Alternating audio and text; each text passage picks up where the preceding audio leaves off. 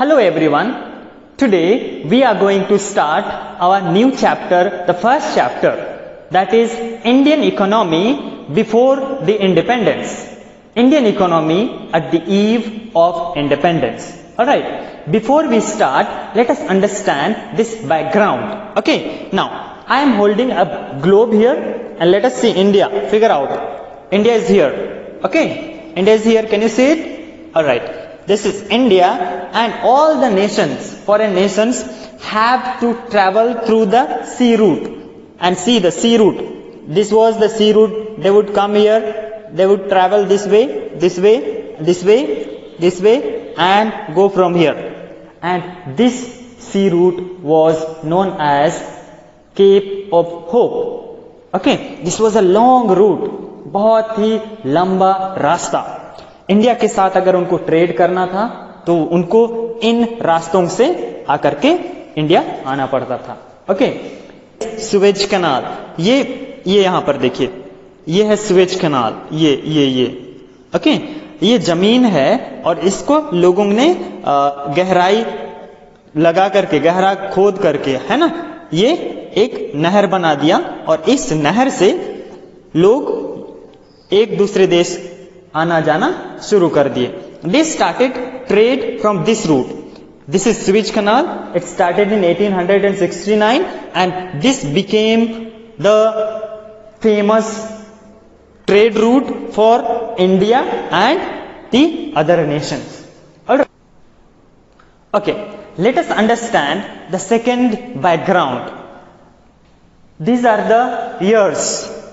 This is 1914 till 1918, the First World War period, and we have second years 1939 till 1945, Second World War time.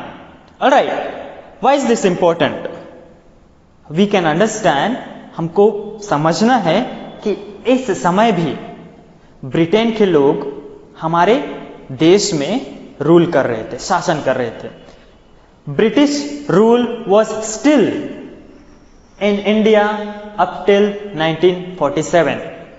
When we are studying about Indian economy on the eve of independence, we must know that this topic is dealing with Britishers and Indians. So let us understand India then. Okay, with this let me start. Alright, now we have the topic Indian economy on the eve of independence. Eve means evening, just before India got independence. Okay, स्वतंत्रता के थोड़ा सा पहले.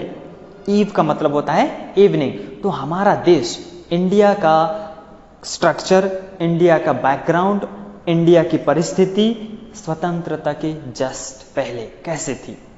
ठीक है, तो आज के क्लास में हम लोग डिस्कस करते हैं. इसमें सबसे पहला point, state of agriculture in India. क्या बेटा? State of agriculture in India. Alright, सब पॉइंट है लो प्रोडक्टिविटी. ओके, स्वतंत्रता से पहले हमारा देश ब्रिटेन के शासनकाल में है और पहला पॉइंट है लो प्रोडक्टिविटी.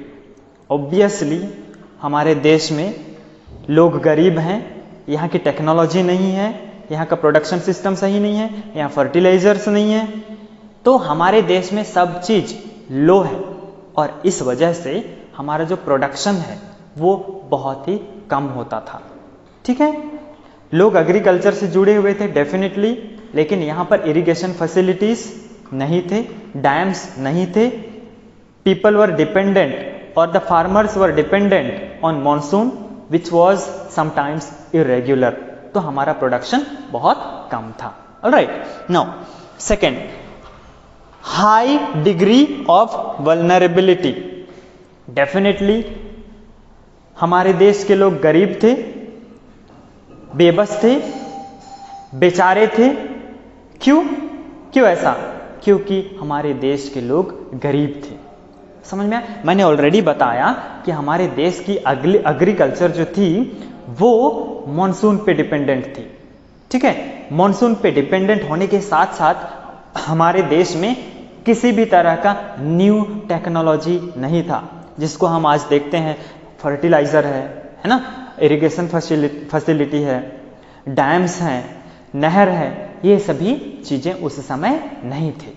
ओके, सब एग्रीकल्चर से जुड़े हुए लोग केवल और केवल रेन वाटर पे निर्भर थे। ऑब्वियसली हमारी गरीबी और भी ज्यादा थी, हाई डिग्री ऑफ वल्नरेबिलिटी, लाचारपन वहां देखने को मिलता था। Alright, next one, land revenue system. हमारे देश में ब्रिटेन का शासन था डेफिनेटली 1947 के पहले। ऑलराइट, और लैंड रेवेन्यू सिस्टम का मतलब है उस समय ब्रिटेन जो पॉलिसी अडॉप्ट की थी वो था जमींदारी system. In this system there was a person appointed by the Britishers who was the in charge of all the land around him. Okay, and he had to pay a fixed amount of tax to the Britishers. कोई एक in charge होता था जिसका नाम जमींदार रखा गया, और उसके अंडर में इंडिया के बहुत सारे लेबर्स होते थे, और उस एरिया का मालिक, उस जमीन का मालिक वो अकेला होता था, और ब्रिटेन उस जमींदार से अपना टैक्स का हिस्सा जो है, अपना कर का हिस्सा जो है वो फिक्स कर दिया था।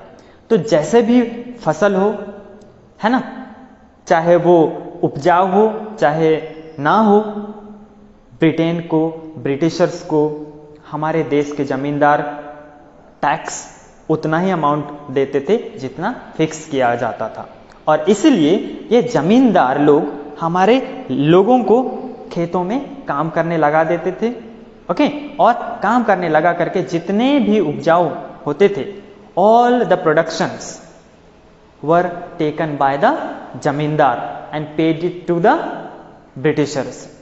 Therefore our people, therefore these cultivators, these tillers remained always poor. Okay, now next we have lack of resources.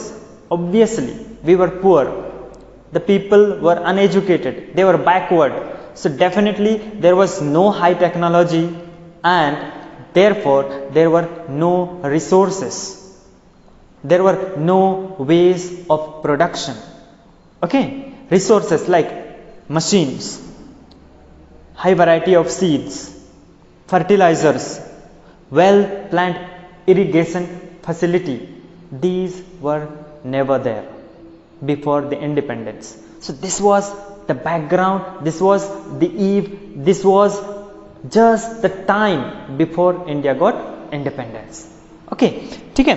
Now commercialization of agriculture. As Britishers ruled India, they worked for their own profit. Okay, so they concentrated on business crops. उनका ध्यान ज्यादा business crops में था, हमारे देश को develop करने में नहीं। हमारे देश से वो बस काम निकालना चाहते थे। ओके, तो ये लोग बिजनेस क्रॉप जैसे तंबाकू, मसाला, इंडिगो, ये सभी चीजों को हमारे देश के लोगों को उगाने के लिए बोला जाता था, और इनको खरीद करके वो लोग अपना देश ले जाते थे। ठीक है, और इस तरह के बिजनेस क्रॉप को उगाने से यहाँ गेहूं, चावल इत्यादि का प्रोडक्शन नहीं हो पाता था, और इस तरह से हमारा देश का जो इकोनॉमी है, अर्थव्यवस्था है, remained backward. Okay, these were the reasons the Indian economy remained backward. All right.